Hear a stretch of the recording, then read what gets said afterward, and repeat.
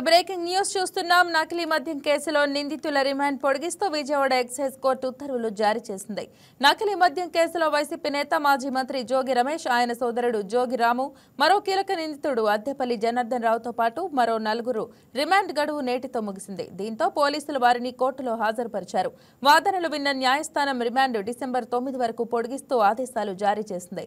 దీంతో నిందితులను మళ్లీ జైలుకు తరలించారు. దీనికి సంబంధించి మరింత సమాచారం మా రిపోర్టర్ కుమార్ చంద్ అందిస్తారు. మద్యం కేసులో ఆరోపణలు ఎదుర్కొన్నటువంటి వైసీపీ నేత జోగి రమేష్ అయితే మాత్రం ప్రస్తుతం విజయవాడ జిల్లా కోర్టుకు అయితే హాజరయ్యారు. ఏదైతే ఇవాళ విచారణలో భాగంగా అయితే మాత్రం జోగి రమేష్ని ఇక్కడికి హాజరుపరిచిన పరిస్థితుంది. ఏదైతే జోగి బ్రదర్స్ ఇద్దరు కూడా ఈ విచారణకు అయితే హాజరయ్యారు.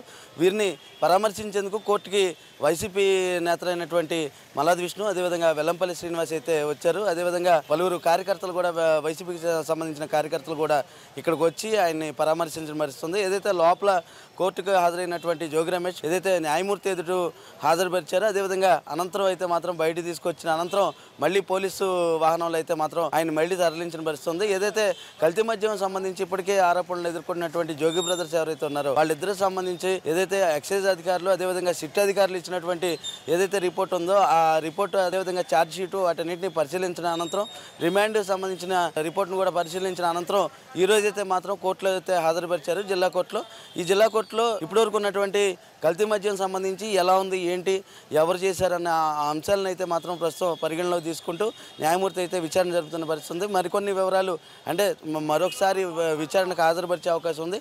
అప్పుడు తెలిసే అవకాశం, మరిన్ని వివరాలు అయితే మాత్రం బయటకు వచ్చే పరిస్థితి అయితే ఉంది. అయితే రిమాండ్కి సంబంధించి ఇప్పటికే జోగి బ్రదర్స్ అయితే మాత్రం విచారణ చేయాలని, మరికొంత విచారణ అవసరమని సిట్ అధికారులు కోరిన పరిస్థితుంది. ఈ నేపథ్యంలోనే ఇవాళ కోర్టుకు హాజరవడం అనేది ఒక ప్రాముఖ్యతను అయితే సంతరించుకున్న అంశమనే చెప్పాలి. కెమెరా పర్సన్ ఆదిల్తో కుమార్ చంద్, వైకే న్యూస్, విజయవాడ నుంచి.